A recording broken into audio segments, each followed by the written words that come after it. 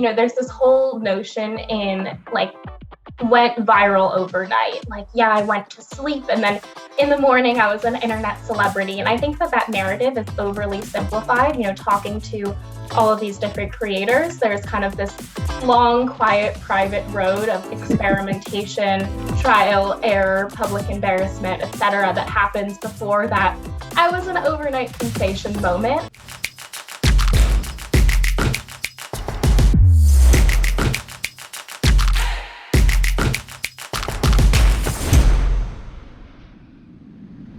On this episode of the Creator Community, we'll meet Erica Berry, Manager of Client Strategy and Analytics at Bliss Point Media and passionate digital content creator.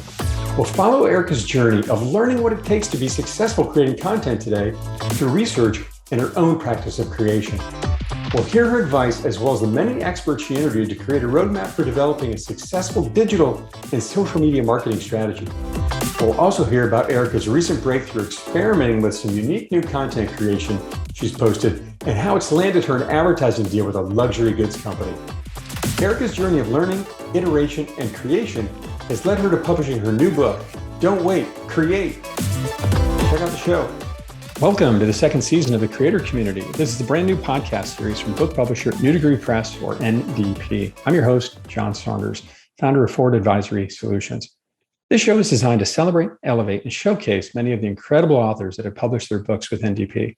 This year, 2021, NDP will cross over 1,000 published authors. In this show, we get to know the authors and their books, as well as give you a behind-the-scenes look at their journey. We'll find out what it takes to bring a book from an idea to actually being published and available wherever you buy books online. It's no easy task, but it's certainly attainable. Today, I have with me Erica Berry, author of Don't Wait, Create: How to Be a Content Creator in the New Digital Revolution. Erica is a media strategist, entertainment industry professional, writer, and digital content creator. She studied economics and media studies at Pomona College, where she discovered her passion for media, entrepreneurship, and representation. Growing up in the internet generation, Erica watched digital media platforms like YouTube, Instagram, and TikTok transform the entertainment industry and become a way for talented creators to find their audience and tell their story. Thus, she decided to write her inspirational book, Don't Wait, Create. When Erica isn't creating, you can find her hiking Runyon Canyon, experimenting with new recipes, and catching up on the latest TikTok trends. Erica's book will be available this summer, September 2021, and will be available at that time wherever you buy books online. Erica, welcome to the show. Thank you so much for having me, John. Excited to talk Don't Wait, Create today. Love it. What a fun background you have. You've got such a diverse set of interests, but can we talk a little bit more about your background, your career journey? How did you navigate to where you are today? Totally. So definitely been a little bit all over the map, but the common thread through everything that I've enjoyed doing throughout my career and throughout my life is I've always had this big do-it-yourself DIY attitude, and the existence of the internet just makes it so much easier to do this. And so I'm fascinated with the intersection of technology and media, which is changing every single day. I work at Bliss Point Media in Los Angeles, which is a company that is the largest purchaser of streaming media in the US. And so we sit right at the intersection of technology and media. We use machine learning to help clients figure out and untangle new platforms like Disney Plus and podcasts and YouTube and all of these mysterious new frontiers in the entertainment industry. And it's just a super exciting time to be working in media, both in my professional life and in my outside of professional life, because things are just changing so rapidly. And that's something that I explore in my book, Don't Wait, Create. I love that. And it sounds like, there's some crossover between your career and your book. Is that a fair statement? Totally. Yeah. I mean, the world of content creation and streaming, basically just digital media has transformed the entire entertainment industry as we know it. And I think this is just the beginning. 50 years ago, you had TV and it was whatever it was being like pumped through those however many channels you had access to, and everyone sort of had this like one cultural thread and like one homogenous view of media. And now that could be no farther from the truth. There's a million different things. If we're just talking about TV, like with cable and streaming and all of these things, there is a show for everyone. Like if you want to watch like taxidermy reality show, that exists. It's not like, everyone's watching Leave It to Beaver anymore. And that's just in TV, not even touching like YouTube and live streaming and all of these different digital entertainment options that are competing for our limited hours in the day. And so definitely a crossover between my job and my book. Definitely in my job, we focus on, streaming and technology in the TV space specifically. And there's obviously a lot more going on outside of that, but it's super cool. I love this idea you're highlighting here, which is there's so many places to get media from. And I remember visiting Elvis's house, Graceland, in Memphis, Tennessee, if I recall correctly. And have you ever been to his house?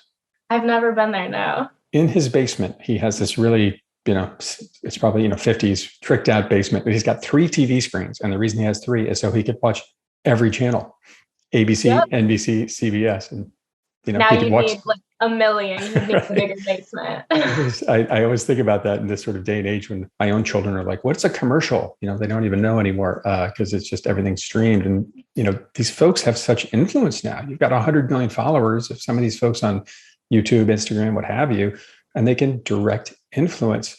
So, given that, what do you think you learned about that or learned further, more deeply as you researched your book? Yeah, the whole idea of influence is so interesting. I think we're at this new dawn of the micro celebrity. Like you think back to early 2000s, it was like Brad and Angelina and like Britney Spears and like all this stuff. There's kind of this like main current of celebrity culture. And I think that's really shifted with the rise of the content creator and the influencer. There's all of this kind of like breakdown of celebrity culture. But I also think that idea of influence and how it's attainable to anyone in reality is fascinating. Talking to some of the creators who I interviewed who have millions and millions of followers, they're like, not only do I get recognized on the street in LA a decent amount, but when I try to wrap my head around the number of people who are watching my videos and thinking of like the fraction of those people in terms of like even just the US population, it's insane. It's like, okay, 1 in 5 people in the US has seen my face. And,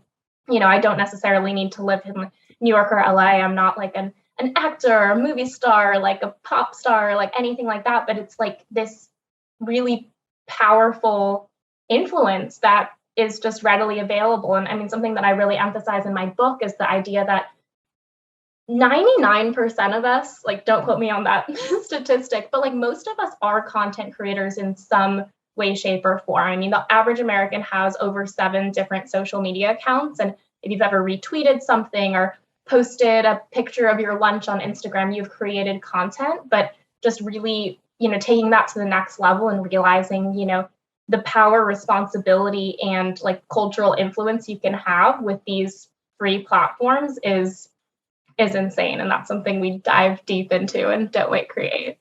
I love that. Technology has really democratized the chance for anybody to be well known and monetize themselves, right? Totally. And I think, the whole like democratization is a really interesting topic too, which I didn't have the opportunity to explore in super depth in my book, but is something I'm really interested in. On the one hand, there was this statement from somebody who worked at TikTok who said that every single video has the same chance to go viral. It's shown to a random pool of 100 viewers, and just based on view time, engagement, interaction, it either, jumps up in the algorithm or, flops and goes down. And that's something I've like kept track of on my own content and all of the creators that I talk to, like, look at these really specifically, but it's, you don't need to know anyone. It's like, just kind of a random sample. That being said, no one really knows how these algorithms are programmed or how they work. And there has been a lot of buzz and critique about, are there, inherent biases being either intentionally or unintentionally programmed into these algorithms on Instagram and TikTok. And that's a whole nother can of worms. But I think, definitely it's more democratized than ever before. And hopefully we'll only keep improving as like these conversations happen. Right. You can be anyone and anywhere. And if you come up with something, really interesting that gets people's attention. I remember when my kids first showed me the young woman in Connecticut, Carmela DeMayo, I think I'm Charlie D'Amelio. Thank you. There it is. And they're like 110 million followers. She's 17 or 18 years old or something like this, doing ads for Invisalign. I mean, I couldn't believe it.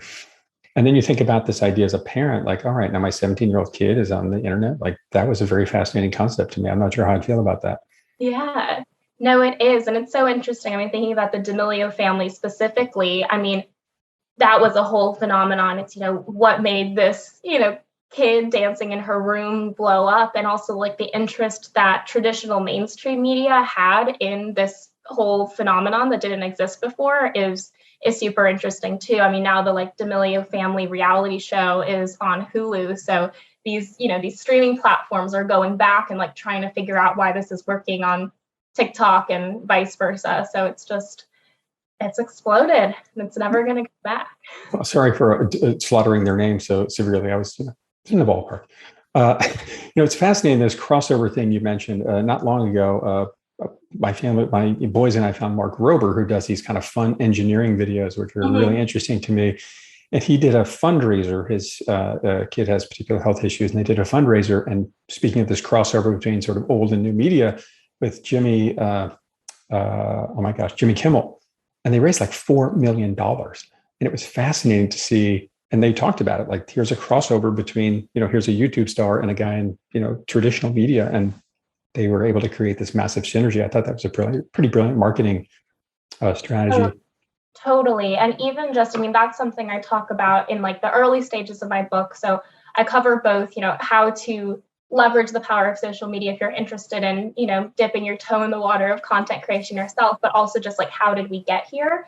And I think the synergies between late night TV specifically, Jimmy Kimmel and like all of those shows and like Saturday Night Live and digital media is really, really interesting. I mean, looking back at like SNL digital shorts, that was never heard of before. Like Lonely Island with like Andy Samberg, they started that whole thing. And now, I mean, it's like the YouTube views on little late night clips from like Jimmy Kimmel and Conan, or like little late night clips from like SNL sketches. People watch those more than the actual late night show. And like, that's what is monetized instead of like, tuning in at 10 p.m. on a Saturday night. And so, yeah, it's really, I find fascinating is you might know Trevor Noah is taking sort of some time off to retool the show coming out of COVID. And I think he's done a brilliant job of creating these sort of mini segments to put out across Instagram and other platforms to sort of stay relevant so people don't forget about him while he's gone. I think it's absolutely brilliant.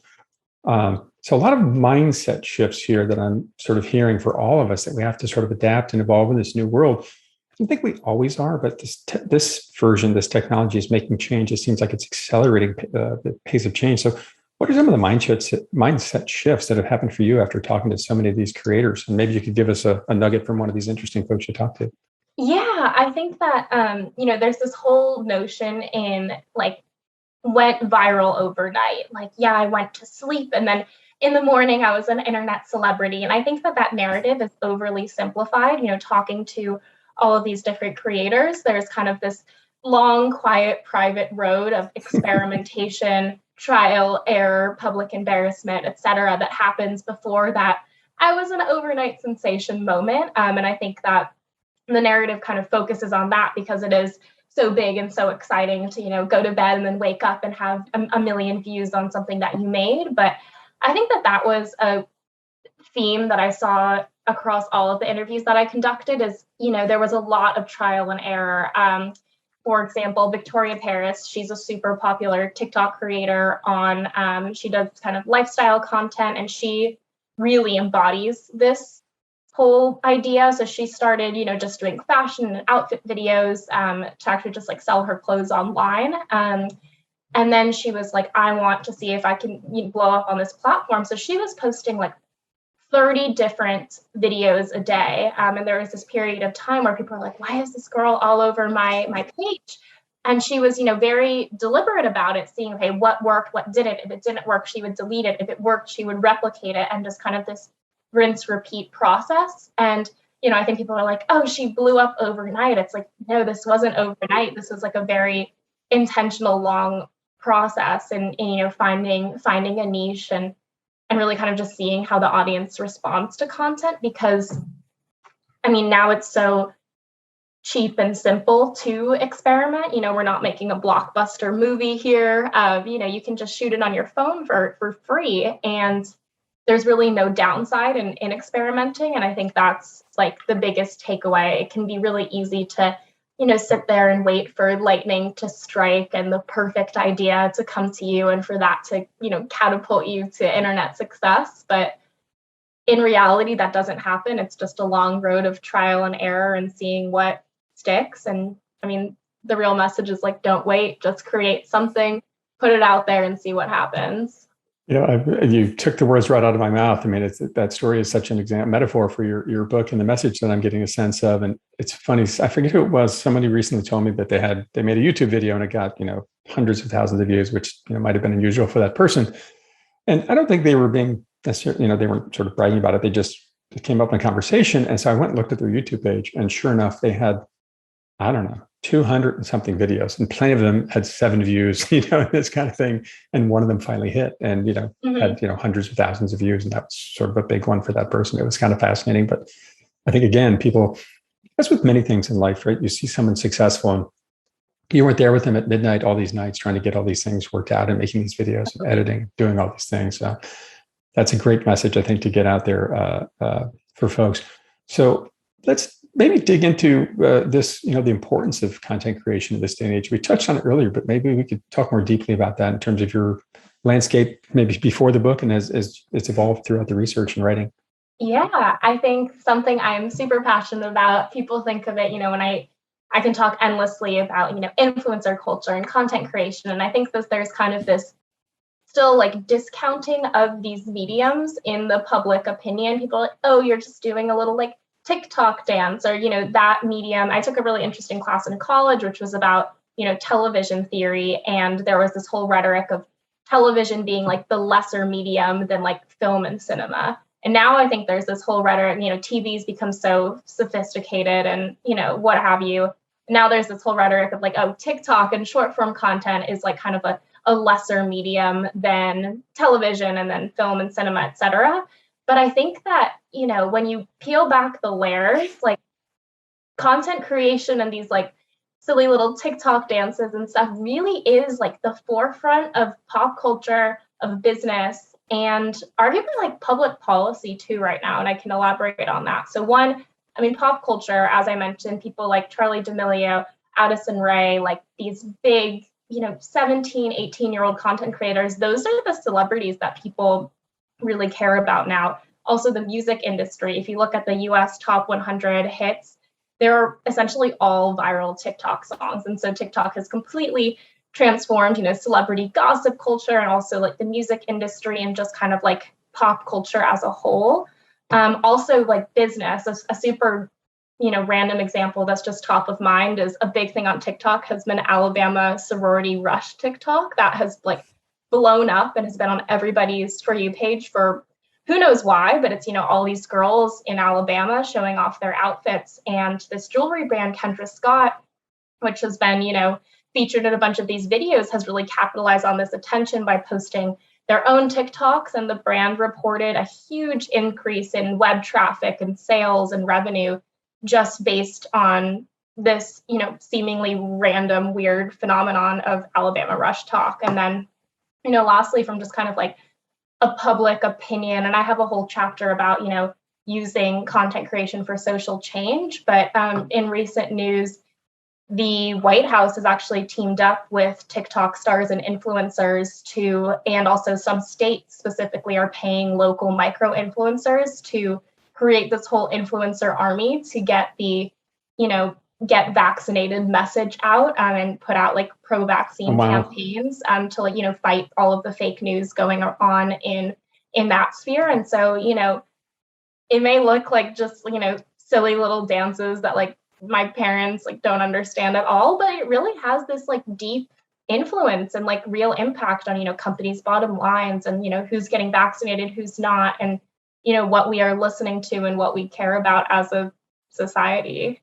So there's just this enormous, we talked earlier about the influencers that are sort of promoting themselves and whatever products they're selling, but right? The social cause is a whole nother element. I didn't realize the White House was teaming up. That's fascinating. Yeah. With this Alabama story, you made me think of, if I'm a company trying to market something, boy, did you get a chance to dig into how do you become this first mover? Because boy, they had to move fast to get that done, right? Yeah. I mean, that was an interesting kind of like what came first, the chicken or the egg. And I think that was kind of this organic phenomenon, like all of these sorority girls in Alabama wear Kendra Scott jewelry. And then they were like, whoa, this is good messaging. Now let's like jump on that train. But it definitely happens the reverse way too. I mean, there's a lot of brands that really heavily rely on, influencer marketing to get their names out there. There's brands that I can think of that are in the public eye and that I've purchased things from because, I've seen 10 different influencers wear them, or I see it all over social media. And, it's not a name brand like Victoria's Secret or Target or, whatever it is, but it kind of gets on the map just because they're sending a bunch of product to people who have these audiences. And that's the main way that content creators make their living these days. Is it's not from the creator fund or the YouTube, ad revenue or anything. It's really from brands realizing like the value of these audiences that these people hold, and how much like the audience places value on that creator's opinion. And that's like super monetizable. And I honestly think it's just the beginning there. In the last week, maybe two, I was talking to my 11-year-old son who watches all these different YouTubers, which, that's a job now, I'm understanding. And he said, I know that this is a fact. It was one of these sort of urban legends, I'll call it, on the internet. And he said, I know it's a fact. He said, 2 YouTubers talked about it. So, I mean, talk about influencing. They're like shaping the thoughts of like young minds today with whatever it is they're talking about. And I had to talk to him a bit about, well, we can't believe everything we hear, right? And this kind of thing. But it was, he was completely convinced that because 2 YouTubers said this, it was 100% fact. And that was a pretty big eye-opening moment for me. We've talked about sort of all the positives and all the things that are happening great out there. Maybe we could look at the other side of this, in your research and writing your book, what have you seen as some of the key difficulties for people that are trying to get out of the gate and sort of get this thing started that haven't found that home run yet? What are some of those issues you've seen? Totally. I mean, I think a big thing is just like the putting yourself out there is hard. Like you need to trudge that long road of experimentation. You need to put yourself out there. Things are going to flop, and you're not getting that approval that you'd get if you're used to the kind of the traditional entertainment systems. Like, for example, if you're an actor by trade, you audition for a role and then you get selected. Like that feels so good. It's like, okay, they like me, they want me, and this is going to go well, and I have this like safety net of approval from other people. But if you're creating content yourself, you don't have that approval from others. You need to find that confidence and approval within, and often it will go poorly. And there's different factors that definitely don't help. I mean, the influx of internet hate and cyberbullying and all of these things that you need to deal with, and that I think really deter people. But one big thing that I encourage in my book is just committing to a time frame, being like, I'm going to commit to this type of content creation, which I know makes me happy, for 3 months. And I can pivot my strategy. I can pivot like the types of videos I'm going to be making, but I'm just not going to give up for those 3 months. And it's hard to stick to with like the negativity and kind of the unpredictableness of audiences and the algorithm. But I think that that's like the biggest successes are the people who just stuck with it and were kind of resourceful and scrappy about it. But it's totally easier said than done because it is just such a vulnerable thing to do. Yeah, you're putting yourself out there. Anybody can see it and anyone can comment on it, right? Or comment anonymously too. Yeah. That's definitely a high level of vulnerability, but I appreciate this theme you keep coming back to, which I think has been around forever, which is these overnight successes never are the case. They've been, working away at it, iterating, trying to find out what works, as you said with this one moment, I think Paris, and trying to find something that works and being strategic about it, which it sounds like many of these folks have been. You also talked a little bit in the book about, cultivating this creator's mindset. How do you think if you're trying to help somebody do that, how do you get them into that mindset? Totally. I think there's 2 things. One book that I highly recommend is The Artist's Way by Julia Cameron. It's a great book. It's been around for ages. I've read it many times, and the, there's a lot of concepts in that book, but a big takeaway is, kind of eschewing this idea of perfection and just creating for the act of creating and just making that a habit. And I think something that really helps with that is waiting, if you want to, especially if someone wants to make a career out of content creation, you can't wait for inspiration to strike. You're not going to be inspired like 99% of your life. At least that's not my personal experience. And so I make sure to schedule creative time into my life daily. I have this little timer cube, which I use religiously. And basically you just flip it, it can be 15 minutes, you can do an hour if you're feeling ambitious, but I just, commit to, okay, for the next 20 minutes, I'm going to, film videos, or for the next 20 minutes, writing this whole book, this was critical because looking at a blank page is horrifying. But I'm like, okay, I'm just going to 15 minutes, hand to the keyboard. I'm just going to write it. If I hate all of it, I don't need to, save it. I can change it later. And same with creation. If I make a bunch of videos and I hate them all, I don't have to post them, but it's just kind of getting used to and desensitized to the act of creation is so helpful and so critical to have that creator's mindset. And then it just kind of builds that momentum behind you to keep going. If I'm hearing the overall message here, and correct me if I'm wrong, but I'm hearing something around goal setting, like having a goal, having a vision, and then just not being afraid to try and getting outside of this perfectionist mindset where if I don't get it exactly right, I can't put it out there, right? And just that lack of judgment, especially in this new world of internet content, is so important because you just don't know what's going to resonate with audiences. And there's really this new trend towards people really wanting that imperfect, raw, real content. You think back to Instagram in 2010, it was all of these super manicured pictures of little macaron cookies and a beach and this perfect lifestyle.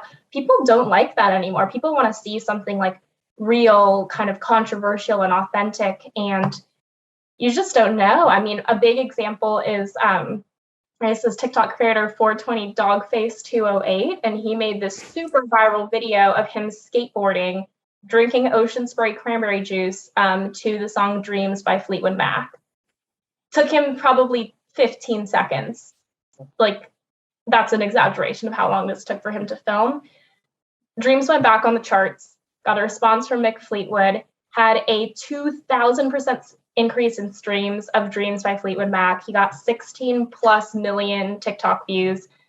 He made over $10,000 in donations from fans. And created this amazing advertisement for ocean spray. So don't quote me on this, but I think he has free ocean spray juice for life now. And he could have easily just been this is a stupid video. I'm also boarding on the highway. I shouldn't post this, but he just posted it, and it really changed his life. And that's something in my own experience too, posting content online. It's really fascinating what sticks with people. there's videos that I've spent an hour editing, and then it gets 1,000 views. And then there's other videos this is actually the least effort possible. I make these outfit videos with my security camera. So it literally films itself when I walk past it. And I had the idea one day, I was okay, what if I just edit these together and post it to a popular song, immediately 1 million views in a night and counting. And, I kept kind of leaning into that, creating that. I've worked with brands to create more of these. And if I had just been oh, this is stupid, it's security camera footage of myself, walking in and out of my apartment, would never have opened my eyes to that opportunity. And so I think that's something too. It's people really want something real and different, and just, you really never know what people are going to resonate with. It almost kind of reminds me of art history and how we went from, sort of this, very real pictures where they're almost trying to make a portrait, a photograph of someone, into this impressionistic art, and this, sort of cycles back and forth. Sounds a little bit like that story. Is there a luxury handbag sponsorship partnership you'd like to announce? Is that what I'm hearing from this security video story, Erica? Oh yeah. So I can't talk about it fully yet. But it has been super cool. Just since making this content have really gotten the interest and attention of a lot of different brands, and them seeing the value of these videos that I initially thought were, kind of stupid is real. I'm like, this has real business viability. And obviously, like, much larger creators in like the fashion and beauty spaces, like, make insane money, talking about brands and featuring products. And it's a whole industry now. And it's something that I think all brands are really like trying to figure out as fast as possible. That's incredible. So the sort of most random video that you put together has created some of the most success for you out there. If it's random and odd pictures, I think I need to change my strategy and go to most of the pictures on my phone and start putting those up. Yeah, don't wait, create, John. I appreciate that. So, thinking about this journey and what has been, would you say, the writing journey, going from, idea to published book, what do you think has been an unexpected positive for you going through this experience? Yeah, it's such a different medium than like regular content creation. A book is content, like the word content with a capital C is such a broad term. And in a way, writing a book is a really slow, tedious form of content creation. And I think something that I really applied and challenged myself to that worked in the book journey is all of the concepts that I wanted to communicate for aspiring content creators. And so just, that committing to writing my word count of the day, even if it was garbage, and just, hitting save and moving on. And then, really thinking about, another important thing when creating content is like thinking about the audience, not just yourself as the creator. And so, when a video does well, thinking about why, like, why is this useful? Why is this resonating? Why is this working? And that's something I really tried to keep in mind with my book as well. As you can see, I can talk for hours nonstop about what I think is interesting in the new world of creation, media, and technology. But I know that not everyone is as interested in those things as I am. And so really thinking about the reader and what they need and what they'd want to know and in what order was like a really helpful way to do that. And then also kind of engaging with my audience. Obviously I couldn't have a ton of people reading my book in advance, but creating polls on my Instagram to kind of see what topics people were most interested in, using that audience as like a proxy for my audience for my book. And then also getting opinions from different industry experts at different stages in the writing process just kept things accountable. Because I think both when writing a book and creating content, you have to remember, you're not creating in a vacuum. It's really it's like a two-way conversation with other people, and just keeping those people in mind is really important. I really appreciate this parallel you've drawn between, new age content, which can be created quite quickly and digitally, and now it doesn't get more old school than writing a book, right? Like page after page after page, just cranking it out. But the common thread there is one, iterating, creating, and focusing on the audience. How can I serve my audience? How can I appeal to them, educate them, surprise them, delight them, whatever it might be? That's really awesome. Fascinating that you took sort of the polar opposites of creation, like a book versus like a Instagram video, if you will, and found commonality between them. And the focus being, let's make our audience happy. I love that. Thinking about the book as a whole, the longer story arc, what would you say would be the key message or lesson if someone's going to read your book? Erica, what might they take away? The big lesson is honestly, don't wait, create. And that means many things. It's in the simple form, don't wait for perfection before putting something out there. Nothing's ever going to be perfect. Also, don't wait, create as kind of the larger message. A thread that I've heard from a lot of creators is, the YouTube train. That was big like 5-10 years ago. And people who were early on the YouTube train now make millions of dollars creating YouTube content. But now it's like a little harder to break into that platform. But then TikTok created this whole new frontier for creators. And so many people have launched careers in literally, less than a year ago from the new demand and market for media that TikTok created. But now, as the years goes on and as time goes on, it's going to be harder and harder to break into that market. And just, based on what we've seen with the evolution of media from like 3 channels to now, like there's going to be something new. There's going to be something fresh that happens, sometime in the next few years. And not waiting and like jumping on that train, if you are someone who's passionate about content creation and making a career out of it, is is critical to be kind of one of the early adopters before the market becomes saturated. And so I think that there's many layers that message of not waiting, creating, and just putting yourself out there applies to in this world especially. Got to be ready for a little bit of disappointment, but get out there, create, focus on your audience, and work it till you figure out something that works for you and your audience. What a brilliant message. And I think that it's universal in many ways, particularly in this digital universe where things are moving at the speed of light. Mm-hmm. Fantastic stories, Erica. Thank you for sharing so much. If people want to learn more about you and your book, where can they go? Of course. They can find me at my website, www.ericabarry.com, ERICABARRY, or I'm on both Instagram and Twitter at eribarry, ERIBARRY.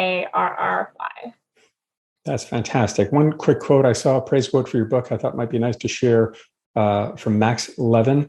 We live in an era where a single person can build a larger platform than some of the world's biggest companies. Don't wait, create, shed lights on how the world is changing around us. I love that. Founder of AMP Studios.